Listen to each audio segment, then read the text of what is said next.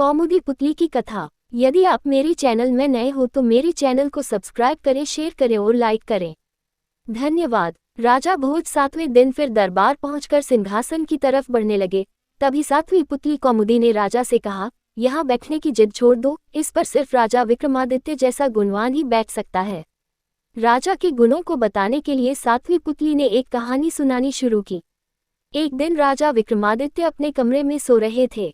आधी रात में उन्हें रोने की आवाज सुनाई दी। इस आवाज को सुनकर राजा बाहर निकले। जैसे ही वह क्षिप्रा के तट पर पहुंचे तो उन्होंने देखा कि एक महिला जोर जोर से रो रही है। वो उससे उसके रोने का कारण पूछने लगे। तब महिला ने बताया कि वो चोर की पत्नी है और राजा ने उसे पेड़ से उल्टा लटका दिया है।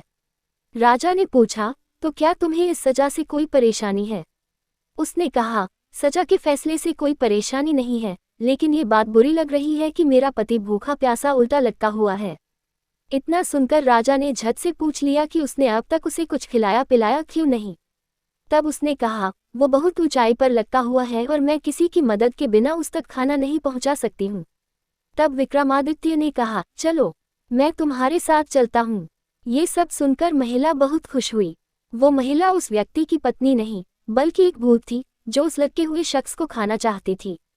उसने राजा विक्रमादित्य के साथ वहां पहुंचकर उस इंसान को खा लिया। भूख मिटते ही उसने राजा से मनचाहा वरदान मांगने को कहा।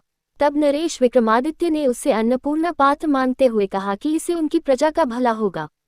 इस वरदान को सुनने के बाद उस राक्षसी ने कहा कि अन्नपूर्णा पात्र देना उसके बस में नहीं है, लेकिन वो अपनी बहन को कहकर उसे दिला सकती है। वह राक्षसी अपनी बहन के पास पहुंची और सारी बात बताते हुए उससे अन्नपूर्णा पात्र मांगा। उसकी बहन ने खुशी खुशी वह पात्र राजा विक्रमादित्य को दे दिया। उस पात्र को लेकर राजा आगे बढ़ ही रहे थे कि उन्हें एक ब्राह्मण रास्ते में भूख से तड़पता हुआ दिखाई दिया। उसने कहा, हे राजन, मैंने बहुत दिनों से कुछ खाया नहीं है, मुझे जल्दी से कुछ खिला दो। राजा ने तुरंत अन्नपूर्णा पात्र से भोजन मांगा और ब्राह्मण को खिला दिया। भोजन खिलाने के बाद राजा ने ब्राह्मण से दक्षिणा मांगने को कहा।